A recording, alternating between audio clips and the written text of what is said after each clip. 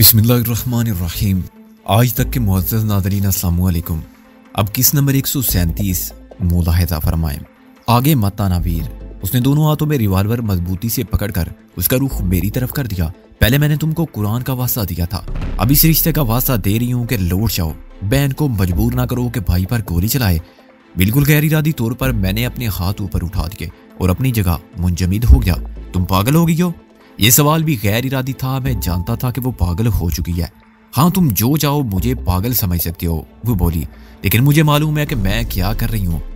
तुम्हें अंदाजा होना चाहिए कि वो लोग हमारे पीछे होंगे। मैंने कहा, हाँ, इसलिए मैं देर नहीं करना चाहती।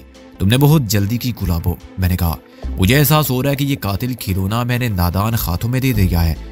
मैं चाहता था कि तुम अपनी इज्जत की हिफाजत आखिरी वक्त तक कर सको, और जब तक देखो कि आबरू पर जान कुर्बान करने के सिवा कोई सूरत नहीं रही तो आखिरी गोली खुद पर चला के उन्हें आखिरी शिकस्त देना, जो अब तक फतेह मंदी के गुरूर में बदमस्त हैं। लेकिन तुमने एक गोली का नाजायज इस्तेमाल किया। एक तो तुम्हारे बाप का कातिल था, लेकिन दूसरा इस सजा का मुस्तहिक नहीं था। वो मुजरिम था और दुश्मनों के साथ, लेकिन सजाए मौत वो भी सांप था। एक बार मुझे डस चुका है, गुलाबो ने कहा। वो गांव का सबसे बड़ा बदमाश कहलाता था। वो 3 लड़कियों के खून का जिम्मेदार था। एक ने खुदकुशी कर ली, दूसरी का आज तक पता नहीं चला। उन्होंने तो यही मशहूर किया कि वो आवारा थी, घर से भाग गई। लेकिन मेरी तरह और भी बहुत से लोग जानते हैं कि वो इसी मिट्टी के नीचे दफन हो चुकी है। उसने चारों तरफ फैले हुए खेतों और वीरान जंगल की तरफ हाथ लहरा के इशारा किया। मैं मौके की ताक में था और उसने रिवाल्वर का रुख बदला ही था कि मैंने जस्ट लगा के उसे दबोचना चाहा, लेकिन वो बेहद होशियार, चालाक और फुर्तीली साबित हुई। उसने मुखालिफ समत में छलांग लगाई और मुझे सख्त कोफ्त उठानी पड़ी। वो फिर मुझसे चंद कदम दूर उसी तरह रिवाल्वर के ट्रैगर पर उंगली रखे मौजूद थी। फर्क सिर्फ पोजीशन का पड़ा था। जहां मैं पहले था वहां गुलाबो थी, और गुलाबो की जगह मैं अहमकों की तरह खड़ा था।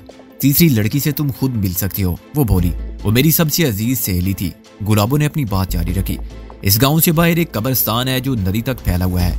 उसमें सफेद जाली के गुंबद वाला मिजार पीर अलमदार शाह का है। जो वहां एक चिल्ला काटे उसके मन की मुराद पूरी होती है। वो 2 साल से वही है। तुम उसे देखोगे तो पहचान लोगे। वो दीवार के साथ टेक लगाए बैठी रहती है या पड़ी रहती है, और उसके जिस्म पर मिट्टी के सिवा कुछ नहीं होता। सख्त गर्मी और सख्त सर्दी के मौसम में भी किसी ने उसे कपड़ों में नहीं देखा। अगर तुम तरस खा के उस पर चादर या कंबल डालने की कोशिश करोगे तो वो चिल्लाने लगेगी और तुमसे कहेगी कि घर ले जा ये कफन। तेरी माँ और बहन को भी तो कपड़ों की जरूरत है। बहुत लंबा चिल्ला हो गया उसका, लेकिन अभी तक उसके मन की मुराद पूरी नहीं हुई। मालूम नहीं वो क्या मांगने गई थी और वो किस उम्मीद पर जिंदा है। उन्हें ना तो शर्म आती है ना मौत, जो उसकी ये हालत बना के भी सीना तान कर फिर रहे हैं। अगर ये खिलौना उसके पास होता तो 2 साल पहले ही वो सारे अजाब से छुटकारा पा लेती, और जो काम मैंने आज किया वो खुद कर लेती। अपनी ज़हनी कैफियत के एतबार से गुलाबो भी दीवानगी की सरहद पर खड़ी थी। मैंने उसे रिवाल्वर ना दिया होता तो शायद गांव वाले देखते कि पीर अलमदार शाह के मिजार पर फरियाद करने वाले सायल 2 हो गए हैं। दोनों का मर्दम गजीदा वजूद एक है, उन पर खिले हुए जख्मों के फूल एक हैं, दोनों का दुख एक है, और दीवानगी का सबब एक है, और दोनों का बेलिबास वजूद आदमियत का वो इख्तियार है जिसे पढ़ के आदमी को अपने आदमी खोने पर शर्म आती है। लेकिन रिवाल्वर हाथ में आ जाने से उसका जहन भटकने से बच गया, और वो खुद इंसानियत का तमाशा बनने से बच गई थी। लेकिन इसकी सोच के कुछ दरवाजे बंद हो गए थे। अब इसे दुख नहीं था कि बीमार माँ को उसके बाप ने गला घूंट कर मार डाला। इसे फिक्र नहीं थी कि इसकी माँ का जनाजा कौन उठाएगा, बाप को लोग क्या कहेंगे, और वो मरने के बाद भी रुसवा होंगे या नहीं। इसे अपनी अंजाम की परवाह भी ना थी। सिर्फ एक ख्याल ने ज़हनी और जिस्मानी तौर पर इसे मगलूब कर लिया था, इस हद तक कि वो दुख के एहसास से भी निजात पा चुकी थी और बिल्कुल खौफजदा ना थी। अच्छा गुलाबो, मैं जा रहा हूँ, मैंने कहा, क्योंकि तुम्हें मेरी मदद की जरूरत नहीं रही। मेरी दुआ है कि अच्छा हो या बुरा, लेकिन वही हो जो तुम चाहती हो। वो सपाट नजरों से मुझे देखती रही और बै पलट गया। आहिस्ता आहिस्ता बै अपने अंदाजे के मुताबिक सड़क की तरफ चलने लगा। तकरीबन 20 कदम जाने के बाद मैंने घूम कर देखा तो वो अपने उसी पोज में रिवाल्वर लिए खड़ी थी। एक लम्हे के लिए मुझे ख्याल आया कि मैं उसे डाज कर जाऊं और चक्कर काट कर उसे पकड़ने की कोशिश करूं। इतनी दूर से उसका निशाना खता हो जाने के इम्कानात बहुत ज्यादा थे, लेकिन फिर मैंने तय किया कि मुझे चलते रहना चाहिए। इसकी एक गोली जाया करने से कुछ नहीं होगा, उसका मर जाना ही बेहतर है। वो जिंदा रहेगी तो रूह और जिस्म की तवील और नाकाबिले बर्दाश्त अजियत उठाने के बाद पीर अलमदार शाह के बिजार पर इस हालत में पहुंचेगी जिस हालत में आज उसकी सहेली है। मैंने पलट कर आखिरी बार उसे देखा और हाथ हिलाया। खुदा हाफिज मेरी बहन। चंद घंटों का ये पाक रिश्ता खत्म हुआ। अब हम मैदान हशर में फिर मिलेंगे। उससे पहले मैं इधर कभी नहीं आऊंगा, ना कभी तेरी बेनिशां कब्र तलाश करने, ना पीर अलमदार शाह के बिजार पर तेरी नाकामी की सजा का तमाशा देखने। ऊपर आसमान पर सुबह का सितारा चमकने लगा था, लेकिन आज इसकी चमक मानद थी। मैंने चलना शुरू कर दिया। सफेद जालीदार गुंबद मेरे जहन में था। मेरे कदम मसमार या हमवार हो जाने वाली कब्रों को बचाते आगे बढ़ने लगे। गुंबद बहुत नुमाया था, लेकिन एक दरख्त की फैली हुई शाखों के बायस मेरी निगाह से ओझल था। सुबह काजिब का उजाला फैलने लगा। मैं बाजार की दीवार के साथ साथ चलने लगा। एक मोड़ काटते ही मैंने उसे देख लिया जिसकी खातिर गुलाबों ने पहली गोली चलाई थी। इंसानियत का वो दूहा जो इंसान की दुनिया से अलग मर्दों से बदतर हालत में फर्श खाक पर पड़ा था। मैंने उसे सिर्फ एक बार देखा। शर्म की कराहत और नफरत के जज्बात ने मुझे मुंह फेर कर गुजर जाने पर मजबूर कर दिया। पहले कभी मैंने अपने इंसान होने पर निदामत महसूस नहीं की थी, लेकिन इस वक्त एक लम्हे के लिए मुझे शर्म आई कि अशरफुल मखलूकात क्या इसी औरत का नाम है जिसे मैंने देखा था और मेरे जैसे इंसानों ने नंगे इंसानियत बना दिया था। मैं कब्रिस्तान की दीवार पर बैठ गया। सुबह होने में अभी देर थी और मैं बहुत थक गया था। लाहौर से रवाना होते वक्त मैंने सोचा भी ना था कि मेरा सफर अपनी मंजिल तक पहुंचने से पहले ही खत्म हुआ तो यूं होगा। ये हो सकता था कि कोई मुझे शिनाख्त कर ले और धोखे से पुलिस के हवाले कर दे या खुद पुलिस मुझे गिरफ्तार कर ले, लेकिन रात गुजारने के लिए एक दर पर सदा देना मुझे महंगा पड़ गया था। ये सब कुछ मंजानिब अल्लाह था। मैं ना आता तब भी वो जरूर होता जो नोश्ता तकदीर था। आज की रात का सूरज तुलू होने से पहले गुलाबों को, उसके माँ बाप को और ना जाने किस किस को मौत की सरहद उबूर कर जाने वाले काफिले में शामिल हो जाना था। लेकिन कितना अच्छा होता अगर मैं इधर का रुख ना करता और ये सब ना देखता। खुदा की हर समत में फैली हुई जमीन पर हर लम्हा ऐसे ही वाकयात पेश आते रहते हैं। खुशनसीब हैं वो जो आदमी को दरिंदा बन के इंसानियत की लाश नोचते नहीं देखते। अब आइंदा जब भी मैं इधर से गुजरूंगा तो मुझे उस शब के वाकयात की याद का अजाब नए सिरे से बर्दाश्त करना होगा और उन मुनाजर को फरामोश करना मेरे लिए मुमकिन ना होगा जो मेरे तस्वुर में तस्वीर बनकर जिंदा रहेंगे। गोली चलने की एक आवाज ने मेरे ख्यालात का तसलसल तोड़ दिया। दूसरी और फिर तीसरी आवाज रात के सीने में खंजर की तरह पैवुस्त होगी। मैं सांस रोके गोश भर आवाज ना जाने कितनी देर बैठा रहा। उफक पर सुबह सादिक की रोशनी फूटी। आसमान का आखिरी किनारा दहकने लगा और सूरज का खूनी गोला तुलू हुआ। नादीदा मनाजर का तस्वुर करने की सारी कोशिश बेमसरफ साबित हुई। पहली गोली की सदा का कोई मंजिर सामने न आया।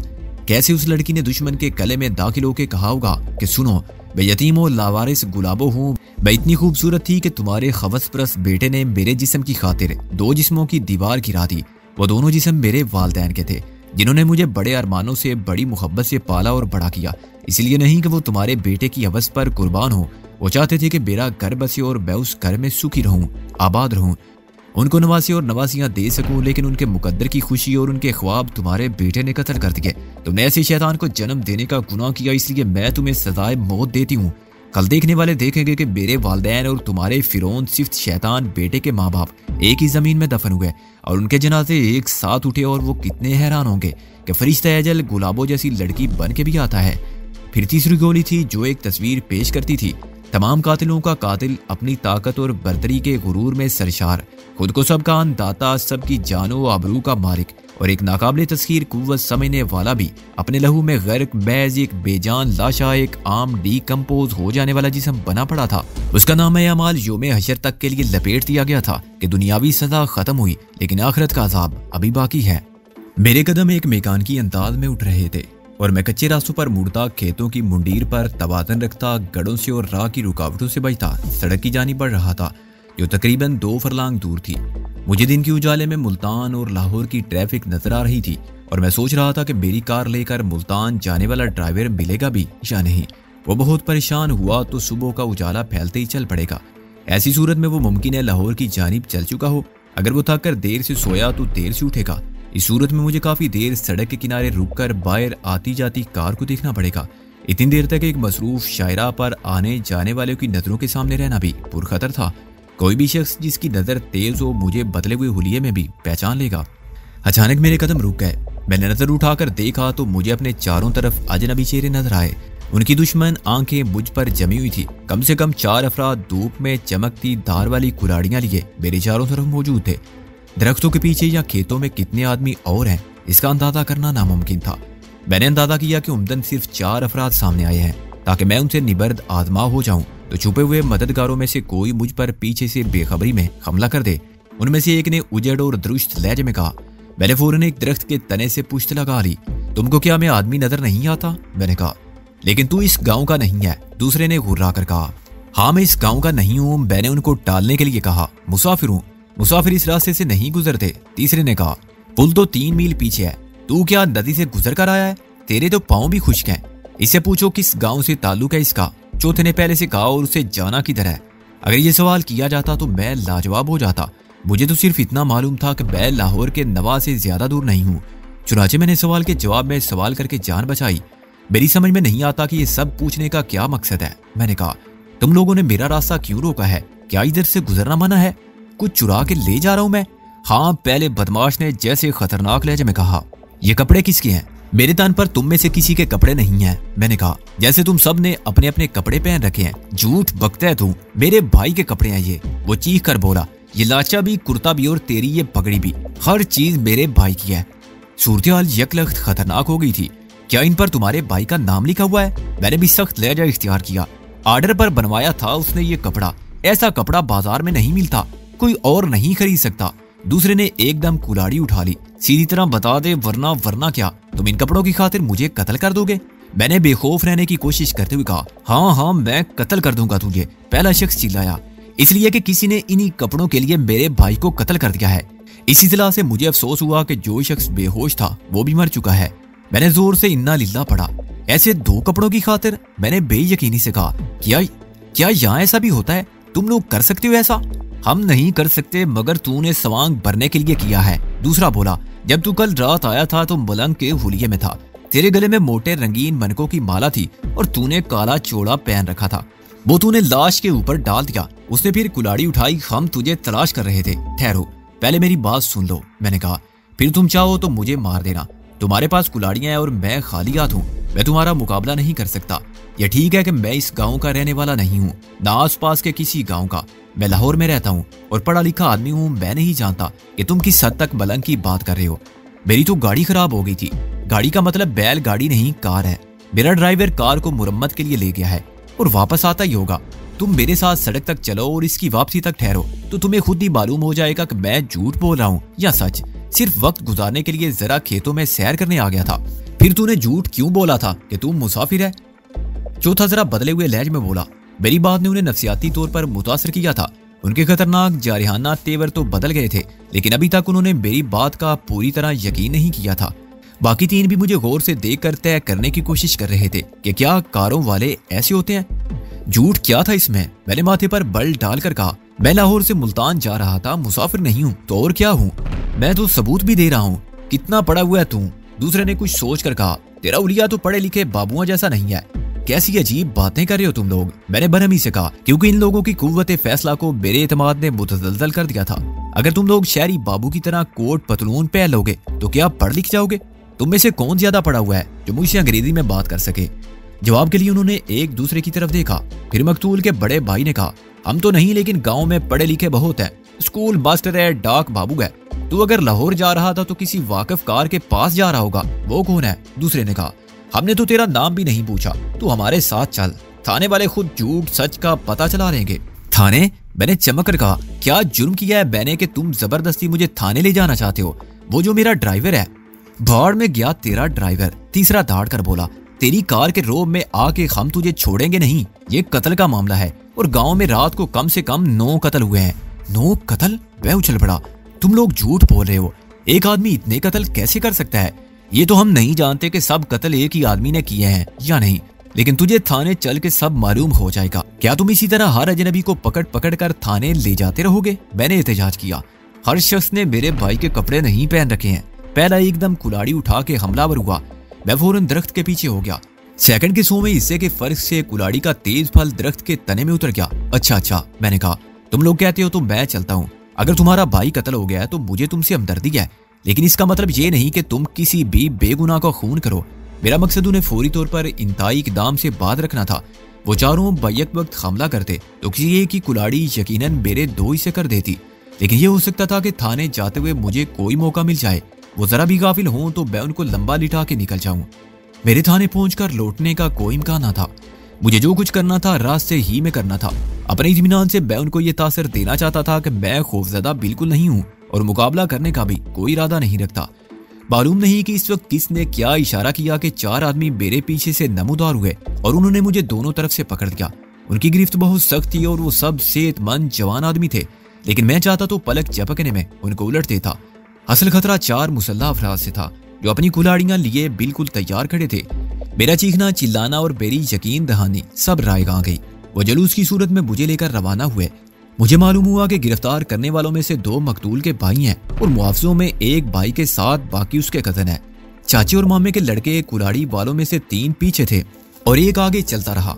अगर वो मुझे गांव ले जाते तो ज्यादा से ज्यादा ये होता कि मुझे गुलाबों की लाश भी देखनी पड़ती, और शायद उनकी लाश भी जिनको गुलाबों ने मेरे दिए हुए रिवॉल्वर से कत्ल कर दिया था। ये नजारा मेरे लिए इंतहाई बाइस अजियत होता, लेकिन इसमें खतरे की कोई बात ना होती। वो सब मर चुके थे जिन्होंने मुझे देखा था। मेरा चेहरा पहचानने वाला कोई ना होता, लेकिन थाने की सूरत हाल बिल्कुल मुख्तलिफ थी। अगर मेरा उलिया और तस्वीर उन्हें भी अरसाल की गई होगी तो वो मुझे फौरन शनाख्त कर लेंगे। मेरा ये नया उलिया भी मुझे बचा ना सकेगा, और इन गाँव के थाने वालों का क्या भरोसा। वो मुझ पर 9 का ना से ही 2-4 के कत्ल का इल्जाम थोप दें और तफ्तीश का आगाज कर दें। मेरे साथ ये सलूक करने की क्या जरूरत है? मैंने कुछ देर बाद कहा। मैं भाग तो नहीं रहा हूँ, हम तुझे भागने भी ना देंगे। एक बोला। कोशिश की तो टुकड़े करके इसी जगह गाड़ जाएंगे, दूसरे ने कहा। फिर 1 फरलांग तक हम उसी तरह चलते गए। किसी ने कोई बात नहीं की, लेकिन मुझे खतरा मोल दिए बगैर रिहाई पाने की सूरत नजर ना आई। मुझे गिरफ्तार करके ले जाने वाले पूरी तरह अलर्ट थे और यूं आगे पीछे होते रहे थे कि मैं 2 या 4 को लिटा भी देता, तब भी बाकी 4 एक साथ मुझको दबोच लेते। लाचा फिर मेरी राह की सबसे बड़ी दीवार बन गया था। लाची इन सब ने भी बांध रखे थे, लेकिन वो इस लिबास के आदी थे। मैंने पतलून पहन रखी थी तो खुद को छुड़ाने के बाद ऐसी रेस लगाता ताकि वो मुंह देखते रह जाते। उनके पास सिर्फ कुल्हाड़ियां थी, रिवॉल्वर नहीं थे, जिसकी गोली आदमी को तवक्को से पहले आ लेती है। लेकिन लाचे के साथ ना मैं ज्यादा तेज भाग सकता था और ना ज्यादा दूर जा सकता था। लाचा रेस में जीत उनकी होती है और उसका इख्तिताम बहुत दर्दनाक होता है। 4 कुल्हाड़ियों से मेरे 8 टुकड़े तो जरूर कर दिए जाते, चुनाचे मैं चलता रहा। फिर मैंने महसूस किया कि मुझे मजबूती से बाजुओं के शिकंजे में गिरफ्तार रखने वाले कुछ थक गए हैं और उनकी गिरफ्त में पहले जैसी सख्ती नहीं रही। ये एक उम्मीद अफजा बात थी, लेकिन मेरी सब उम्मीदों पर उस वक्त पानी फिर गया जब किसी खबीस मुहाफिज ने तजवीज़ पेश की कि इसे बांध दिया जाए। तजवीज़ को अक्सरियत की हिमायत हासिल हुई और किसी ने नायत बदतमीजी से हाथ मारकर मेरी पगड़ी उतार दी। मैंने बहुत शोर मचाया, लेकिन वो मुझे किसी किस्म की रियायत देने पर तैयार न थे। वो सब एक मकतूल के भाई और कजन थे। मामला गांव या जात बरादरी का होता तो इंतकाम की जंग चलती रहती और दोनों तरफ के लोग मरते रहते, लेकिन मैं बाहर का आदमी था और मेरे बारे में इनको शक था, यकीन ना था। शक का पलड़ा जरा भारी था, चुनाचे वो कानूनी कार्रवाई कर रहे थे। इनको इस कानूनी कार्रवाई तक महदूद रखने में खौफ के अंसर का दखल भी था कि एक कार वाले को कत्ल करके वो खुद ना फंस जाएं। जब मेरे हाथ पैर पीछे करके मजबूती से बांध दिए गए तो अपने विरतनाक अंजाम का नक्शा मेरी नजर में फिर गया। अब खुदा के सिवा मेरी मदद कोई नहीं कर सकता था। ना राबिया की मोहब्बत, ना मोहसिन का खुलूस, ना रिजवी साहब का असर रसूख और ना कानून थाने वाले तो अपने इस कारनामे पर फूले नहीं समाएंगे कि इन्होंने एक खतरनाक मफरूर इश्तिहारी मुजरिम को पकड़ लिया है। हालांकि मुझे पकड़ने में इनकी कोशिश का जरा भी दखल ना था, लेकिन इनका सारा क्रेडिट वो खुद ले लेंगे। मकतूल के वरसा को मायूसी होगी कि उन्होंने एक कातिल को पकड़ा था, लेकिन वो इनके भाई का कातिल नहीं था। मैंने गौर किया तो मुझे अंदाजा हुआ कि मुझे गांव की तरफ नहीं ले जाया जा रहा। थाना क्या गांव में नहीं है? मैंने कहा नहीं, इस गांव का थाना 4 मील उतर है। उसने बादले नखवासा हाथ से इशारा किया। ये जगह कौन सी है? मैंने इस बस्ती की तरफ इशारा किया जहां आज 9 जनाजे उठे थे। कला स्तार शाह और में से किसी ने कहा, इतना बोला ना बन। और थाना कहाँ है? मैंने कहा। थकन भूख और हाथ बंधे रहने से मेरा चलना मुश्किल हो रहा था। हम तुझे चीचू की मलिया के थाने में ले जाएंगे। आगे चलने वाला पलट कर बोला, अब बक बक ना कर। उड़ने ना पाए कि गिरफ्तार हुए हम, और हुए भी कहाँ कि किस जुर्म की पादाश में। अपनी तरफ से मैंने घर की इज्जत बचाई थी। मारने वाले और मरने वाले सब अजनबी थे और मैं किसी का दुश्मन नहीं था। मेरे हाथों अगर कोई मारा गया था तब वो शख्स जो पहले बेहोश पड़ा रहा था, लेकिन उसको भी कत्ल नहीं कहा जा सकता था। मैंने अपनी दिफा का हक इस्तेमाल किया और खुद को बचाया था। अगर हमलावर ना मारा जाता तो मैं मारा जाता। मजमूई तौर पर सूरत-ए-हाल ये थी कि एक हमलावर अपने ही साथी के पत्थर की ज़रब से हलाक हुआ था। कातिल और मकतूल अपने अपने अंजाम को पहुंचे। एक को गुलाबों के बाप ने टोके से टुकड़े कर दिया और खुद दूसरे के हाथों कुल्हाड़ी के वार से मारा गया। ये मुकदमा भी फैसल बाकी 5 कत्ल गुलाबों ने किए थे और फिर खुदकशी कर ली थी। अब किसी के खून का दावा किस पर रहा, निजाम इंसाफ के तवील मरहलों और पुरपीच अमल से गुजरने की बजाय सबने अपना अपना फैसला वहीं कर लिया था। 5 कत्ल करने वाला गुलाबों को ज्यादा से ज्यादा सजाए मौत होती। ये सजा खुद को देकर उसने पुलिस का काम बहुत हल्का कर दिया था। अगर ये लोग इसी गांव के रहने वाले थे तो इनको यकीनन इल्म होगा कि एक रात में ये 9 आदमी किसके लिए और किसके इशारे पर और क्यों मारे गए। एक मकतूल के 4 भाई और 4 कजन इतना तो जानते होंगे कि इनका मकतूल भाई किस कुमाश का आदमी था और किसके इशारों का गुलाम था। गाँव में कौन सी बात छुपी रहती है। वो यकीनन जानते होंगे कि गुलाबों के घर वालों पर यह क्यामत क्यों टूटी। गुलाबों ने दूसरों की और अपनी जान ली तो क्यों ली, वो पागल तो नहीं थी। क्या सब मरने वाले तुम्हारे अजीज और दोस्त थे? मैंने कहा। हमारा तो एक ही भाई था, किसी ने जवाब दिया, जिसके कपड़े तूने चढ़ा रखे हैं। झूठ सच का तो पता चल ही जाएगा, मैंने नरमी से कहा, लेकिन मुझे इतना तो बताओ कि बाकी 8 मरने वाले कौन थे? एक ही घर के लोग थे या अलग अलग? बता दूं भैया जी, उनमें सबसे कम उम्र नजर आने वाले ने कहा। आगे चलने वाले ने पलटकर मशकूक नजरों से मेरी तरफ देखा और तुंद लहजे में कहा, बता दे अगर तेरे पेट में बरोड़ उठ रहा है। बाकी सब ने भी उसे घूर कर देखा। सारा फसाद एक लड़की का था। सबसे छोटे भाई ने कहना शुरू किया, एक बहुत ताकतवर और बारसूख आदमी उससे शादी करना चाहता था, मगर वो पढ़ लिख गई थी, उसका दिमाग खराब हो गया था। वाकई पढ़ने लिखने से दिमाग खराब हो जाता है, मेरी हालत इसका सबूत है, मैंने कहा। लेकिन खैर तुम ये बताओ कि क्या उस शख्स ने लड़की के इनकार से मुश्तइल होकर उसे कत्ल कर दिया? नहीं, उल्टा ये हुआ कि लड़की ने पहले तो उसके माँ बाप को मारा, वो बोला, फिर वो सामने आ गया तो उसे डस कर दिया और फिर खुद को गोली मार के कुएं में कूद गई। चौथी गोली चलने की आवाज देर में क्यों आई थी, इसका सबब मालूम हो गया था। बड़ी खूनख्वार लड़की थी, मैंने कहा, लेकिन ये गोली मारने वाली बात मेरी समझ में नहीं आई। गांव क्या शहर में भी एक पिस्तौल हासिल करना बहुत मुश्किल होता है, और फिर लड़की जात उसे रिवॉल्वर चलाना किसने सिखाया था? उसका कोई भाई या बाप फौज में थे? नहीं, यही बात तो किसी की समझ में नहीं आती, वो बोला।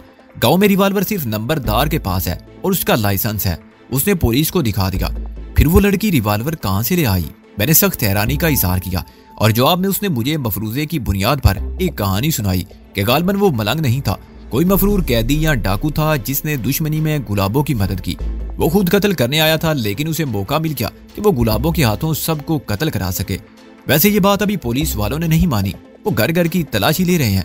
ये नहीं बकता कमीने के तेरे अपने भाई को भी उसी गुलाबों ने मारा, और उसने जो मलंग के हुलिये में था। बड़े भाई ने बरहमी से कहा, कौन था उसका दुश्मन? किसी का क्या बिगाड़ा था उसने? वो अचानक रोने लगा। अब क्यों रोते हो भैया जी? छोटे ने हिम्मत करके कहा। जब अब्बा कहता था कि बुरे काम का नतीजा अच्छा नहीं होता, और जिनको वो दोस्त कहता है वही उसके दुश्मन है। बड़े भाई ने उसके एक तमांचा मारा। उसने गाल पर हाथ रखा और चुप हो गया।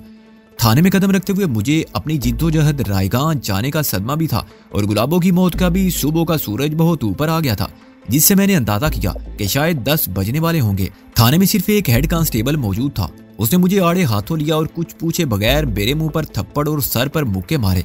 फिर उसने हुक्म दिया कि मुझे खोल दिया जाए। मुझे लाने वालों ने बैक वक्त बोलना शुरू किया तो उसने एक के सिवा सबको गर्दन से पकड़कर बाहर निकाल दिया। हेड कांस्टेबल ने फर्ज कर लिया था कि मैं चोर या डाकू हूं, वरना मुझे इतने सख्त हिफाजती इंतजामात के साथ ना लाया जाता।